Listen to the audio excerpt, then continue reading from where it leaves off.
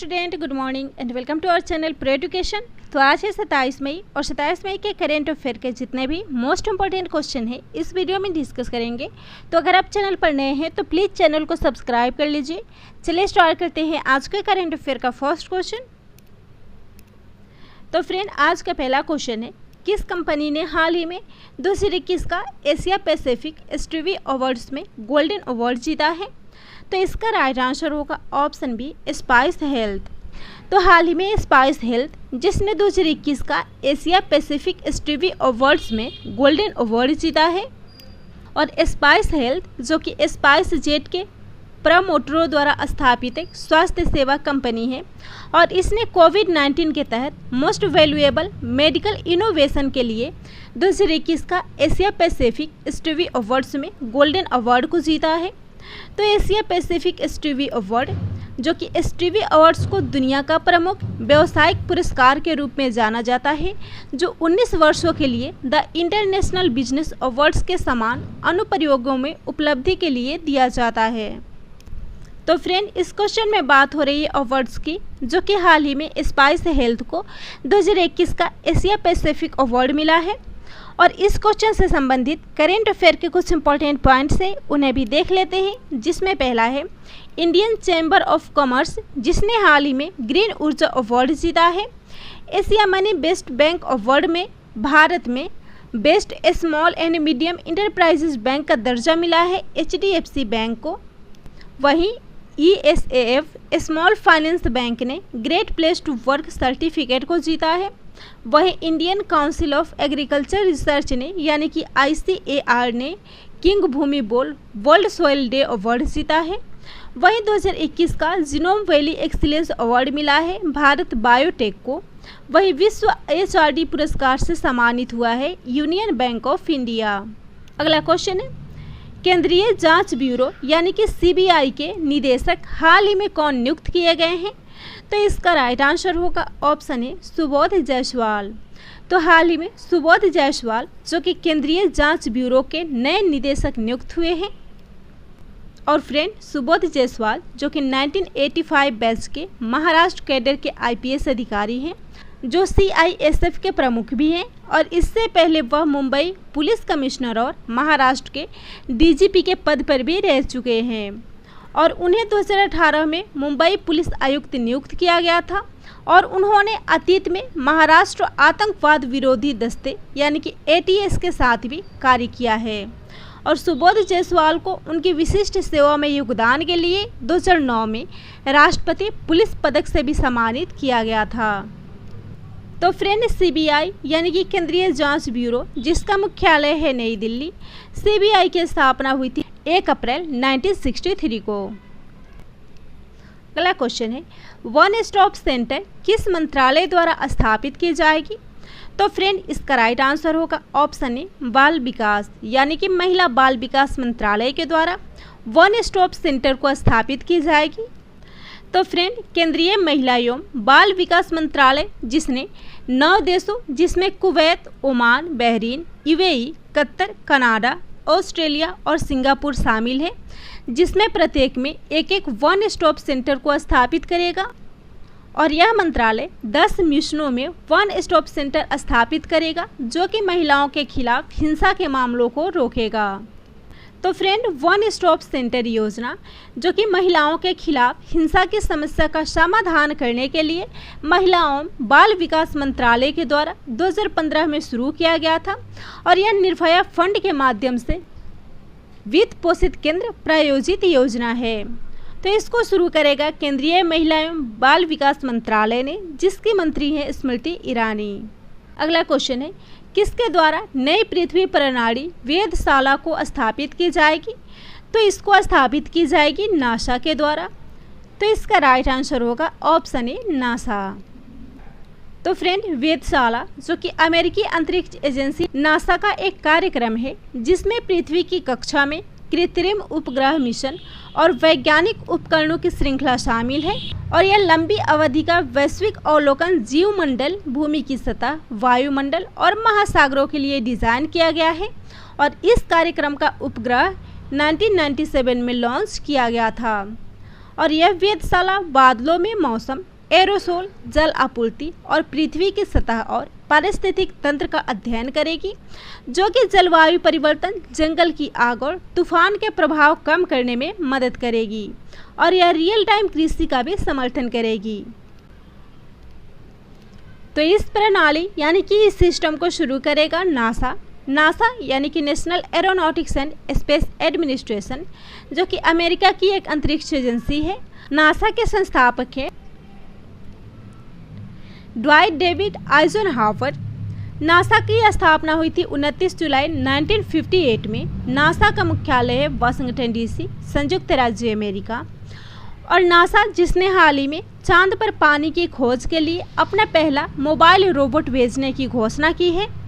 NASA ने अपने एक मुख्यालय का नाम मैरी डब्ल्यू जैक्सन के नाम पर रखा है, जो कि नासा में पहली अफ्रीकी महिला इंजीनियर थी। और नासा के 14वें अध्यक्ष हाल ही में बिल नेल्सन बनाए गए हैं।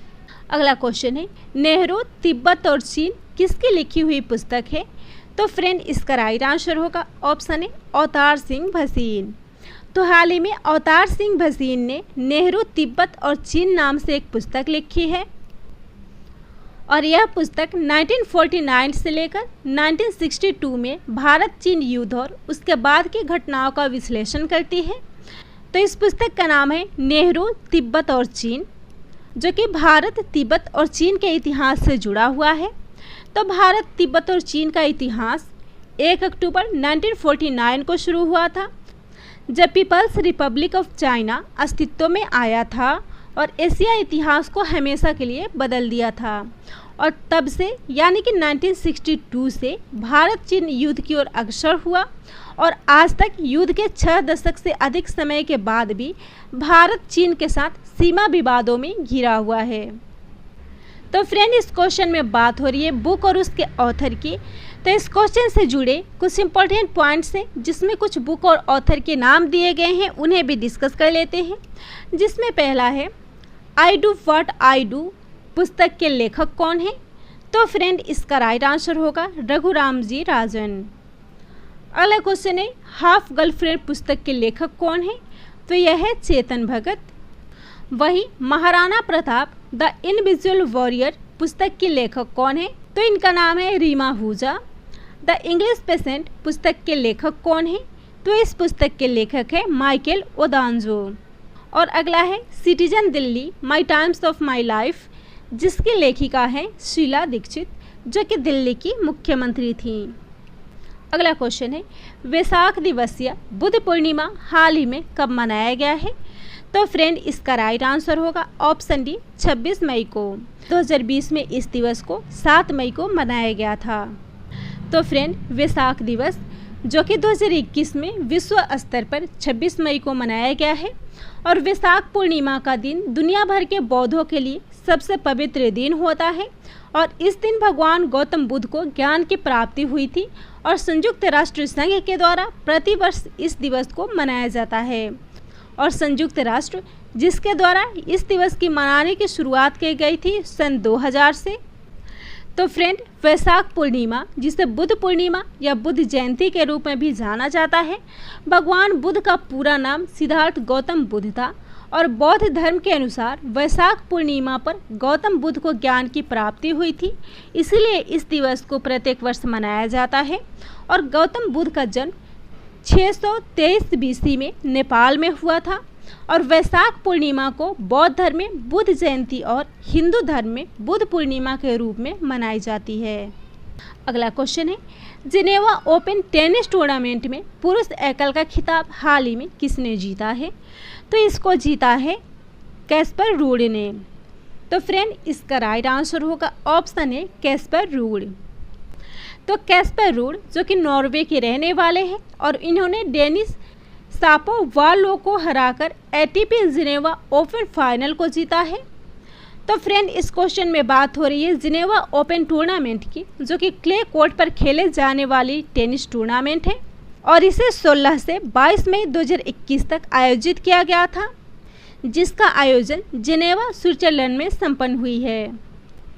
और इस प्रतियोगिता में एकल पुरुष का खिताब जीता है कैस्पर रूड ने, जो कि नॉर्वे के हैं, और इसके उप विजेता बने हैं डेनिस शापोवालोव ने, जो कि कनाडा के हैं, और युगल विजेता बने हैं जॉन पियर्स और माइकल विंस ने, और इसके उप विजेता बने हैं सिमोन बोलेली और मैक्सिको गोंजालेज ने। अगला क्वेश्चन है, हाल ही में चर्चा में आए क्लाइड्स स्पॉट किस ग्रह पर स्थित एक स्थान है? तो फ्रेंड, इसका राइट आंसर होगा ऑप्शन सी, बृहस्पति। तो हाल ही में बृहस्पति ग्रह पर स्थित क्लाइड स्पॉट एक स्थान है जो कि हाल ही में चर्चा में थी। तो फ्रेंड, क्लाइड्स स्पॉट जो कि 2020 में एक खगोल शास्त्री के द्वारा खोजी गई थी, और यह ग्रह के प्रसिद्ध ग्रेट रेड स्पॉट के पास अंडाकार रूप में दिखाई देती है, और नासा के जूनो अंतरिक्ष यान ने बृहस्पति की परिक्रमा करते हुए अप्रैल 2021 में इस स्पॉट की तस्वीर ली थी।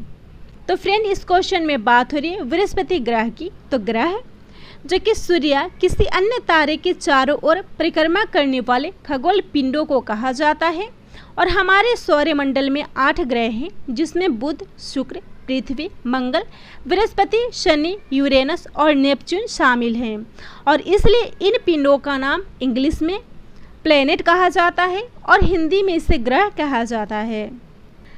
तो फ्रेंड, इस क्वेश्चन में बात हो रही है प्लेनेट की। तो प्लेनेट यानी कि ग्रहों से संबंधित कुछ इंपॉर्टेंट फैक्ट्स को भी जान लेते हैं, जिसमें पहला है सौरमंडल में 8 ग्रह हैं, और इसमें 9वां ग्रह था प्लूटो, लेकिन वैज्ञानिकों ने प्लूटो का ग्रह की श्रेणी से हटा दिया क्योंकि यह बहुत छोटा था। और ग्रहों में सबसे बड़ा ग्रह है बृहस्पति और सबसे छोटा ग्रह है बुध, और शुक्र सौरमंडल का सबसे गर्म और सबसे चमकीला ग्रह है।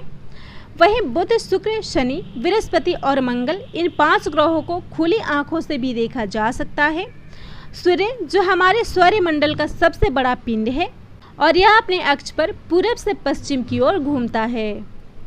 अगला क्वेश्चन है, रिकॉर्ड स्थापित करने वाले किस अमेरिकी ओलंपिक धावक का हाल ही में निधन हो गया है? तो इसका राइट आंसर होगा ऑप्शन डी, ली इवांस। तो ली इवांस जिन्होंने ओलंपिक में एक रिकॉर्ड स्थापित की थी, और इनका हाल ही में निधन हो गया है।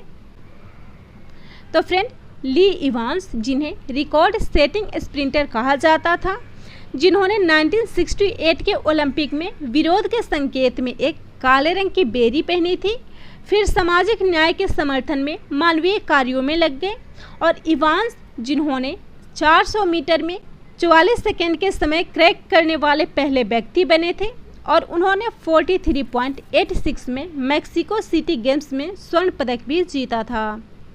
तो फ्रेंड, इस क्वेश्चन में बात हो रही है महत्वपूर्ण व्यक्तियों के निधन की। तो इस क्वेश्चन से जुड़े करंट अफेयर के कुछ इंपॉर्टेंट पॉइंट्स हैं, जैसे कि हाल ही में फार्मूला 1 के पूर्व प्रमुख मैक्स मोशले का भी 81 वर्ष की आयु में कैंसर पीड़ित होने के कारण निधन हो गया है, और वह 1930 के दशक में ब्रिटिश फाशीवादी आंदोलन के नेता ओस्वाल्ड मोस्लो के सबसे छोटे बेटे थे। वहीं भारतीय मुक्केबाजी के पहले द्रोणाचार्य पुरस्कार विजेता कोच ओपी भारद्वाज का भी निधन हो गया है। वहीं भारतीय परमाणु ऊर्जा आयोग के पूर्व अध्यक्ष श्री कुमार बनर्जी का भी निधन हो गया है। वहीं हाइब्रिड चावल के जनक युवान लोंगपिंग का भी हाल ही में निधन हो गया है, और युगल संगीतकार राम लक्ष्मण के बायोवृद्ध संगीत निर्देशक लक्ष्मण का भी हाल ही में निधन हो गया है, जिनका नाम विजय पाटिल था। और आज का लास्ट क्वेश्चन है, 74वीं विश्व स्वास्थ्य सभा की अध्यक्षता किसके द्वारा की गई है? तो फ्रेंड, इसका राइट आंसर होगा ऑप्शन ए, डॉक्टर हर्षवर्धन। तो 74वीं विश्व स्वास्थ्य सभा की अध्यक्षता डॉक्टर हर्षवर्धन जी के द्वारा की गई है। तो फ्रेंड, केंद्रीय स्वास्थ्य और परिवार कल्याण मंत्री और WHO कार्यकारी बोर्ड के अध्यक्ष डॉक्टर हर्षवर्धन ने वर्चुअली माध्यम से 74वीं विश्व स्वास्थ्य सभा की अध्यक्षता की है, और विश्व स्वास्थ्य संगठन के महानिदेशक टेड्रोस एडहानम ने भी इस कार्यक्रम में हिस्सा लिया था। और इस बोर्ड ने कोविड-19 महामारी के लिए मानसिक स्वास्थ्य तैयारियों और प्रतिक्रिया पर रिपोर्ट पर विचार करने के लिए इस 74वीं विश्व स्वास्थ्य सभा की सिफारिश की थी। तो यह था आज के करेंट अफेयर का टॉप 10 इम्पोर्टेंट क्वेश्चन। वीडियो पसंद आता हो तो वीडियो को शेयर कीजिएगा, चैनल को सब्सक्राइब कीजिएगा।